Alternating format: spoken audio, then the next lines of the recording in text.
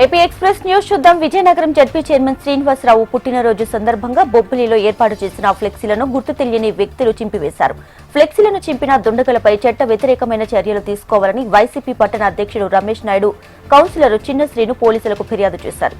Social media ద్వారా విషయాన్ని తెలుసుకున్న ఎమ్మెల్యే బేబీ నాయన పోలీసులను కోరారు.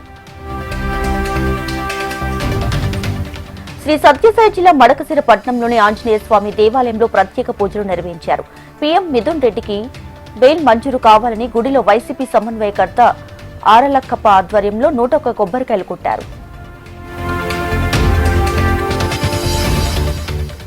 కర్నూలు జిల్లా మంత్రాలయం ప్రసిద్ధి పుణ్యక్షేత్రమైన శ్రీ రాఘవేంద్ర స్వామి మఠంలో అనంత చతుర్దశి వేడుకలు శ్రీ మఠం పీఠాధిపతి ఆధ్వర్యంలో ఘనంగా చేశారు. బృందావనానికి అర్చకులు క్షీరాభిషేకం, పంచామృత అభిషేకాలు చేశారు.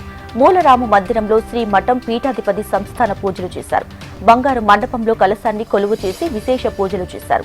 అనంతరం చతుర్దశిని పురస్కరించుకుని శ్రీ మఠం పీఠాధిపతి బ్రాహ్మణులకు దారాలు అందజేశారు. అనంతపురం జిల్లా హిందూపురం తోముకుంట స్టేట్ బ్యాంక్ దోపిడీ కేసులో పోలీసుల పురోగతి సాధించారు. దోపిడీ కేసులో హర్యానా రాష్ట్రానికి చెందిన మాజీ బీఎస్ఎఫ్ జవాను అనిల్ కుమార్ ని పోలీసులు అరెస్ట్ చేశారు.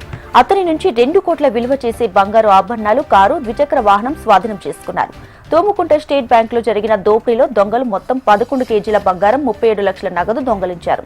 హర్యానా రాష్ట్రానికి చెందిన గ్యాంగ్ ఈ భారీ దోపిడీకి పాల్పడిందని ఎస్పీ రత్న చెప్పారు. ఒకరిని అరెస్ట్ చేశామని, మరో వ్యక్తి కోసం ప్రత్యేక బృందాలు గాలిస్తున్నాయని చెప్పారు.